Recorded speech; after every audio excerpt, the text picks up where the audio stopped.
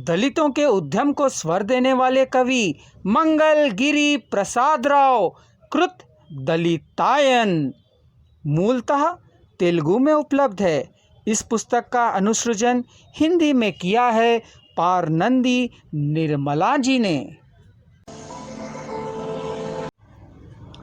स्वागत है दोस्तों बोलती किताबों के अंतर्गत हमारे YouTube चैनल दलितायन में। तेलुगु दलित साहित्य में अपनी अग्रगामी भूमिका के लिए प्रख्यात श्री मंगलगिरी प्रसाद राव की दलित चेतना प्रधान तेलुगु रचनाएं राष्ट्रीय महत्व की सिद्ध हुई हैं। दलितायन इनकी कृति है जिसमें इन्होंने तेलुगु राज्यों में रहने वाले रेल्ली दलित उपजाति के लोगों की व्यथा कथा कही गई है। इस जाति के लोगों के आर्थिक एवं सामाजिक विकास हेतु श्री प्रसाद राव ने अपना जीवन समर्पित किया है। दलितों को न्याय दिलाने वाली नीति एवं रीति का इन्होंने समर्थन किया है।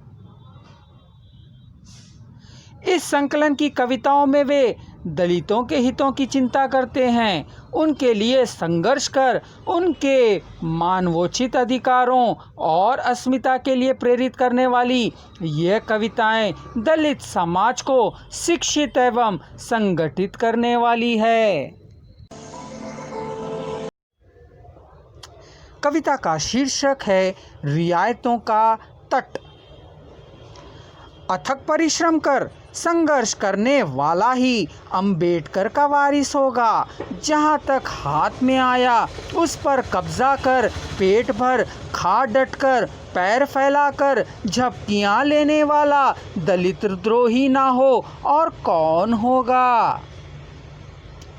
उस तक बात पहुंचने पर छोटा भाई भी नहीं है, उसका अपना भी नहीं है, व्याकुलता भी नहीं है, संघर्ष भी नहीं है, उद्देश्य भी नहीं है, आदर्श भी नहीं है। अक्षर के नाव पर चढ़ रियायतों के तट पहुंचने पर नाव से क्या काम, कहते हैं ये लोग। अतीत से हमें क्या काम, झुग्गी झोपड़ी की जिंदगी, कूड़े और करकट की जिंदगी, नफरत भरी जिंदगी, उपहास भरी जिंदगी, बहिष्कृत की गई जिंदगी, इनसे मुझे क्या काम। मेरी नौकरी, मेरे प्लाट, मेरे फ्लैट, मेरी कारें, मेरी बंगले, मेरा बैंक बैलेंस, यही काफ़ी है मुझे, कह रहे हैं। पढ़ा लिखा आलसी है यह, अम्बेडकरिज्म की ओट में अपने ही लोगों से दूर हो जी रहा है, लेकिन अपने लोगों से जोड़ी बनाता रहता है। यह जाति द्रोही है। पढ़े लिखे हमारे लोगों ने ही हमें पीछे से छुरा झोंका है। क्या कहने वाले अम्बेडकर की बातें यहाँ मूर्तिमान हैं।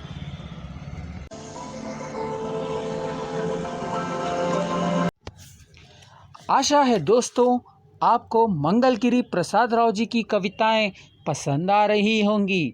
चलिए हम आपको इनकी कलम के जादू से एक बार फिर रूबरू कराते हैं।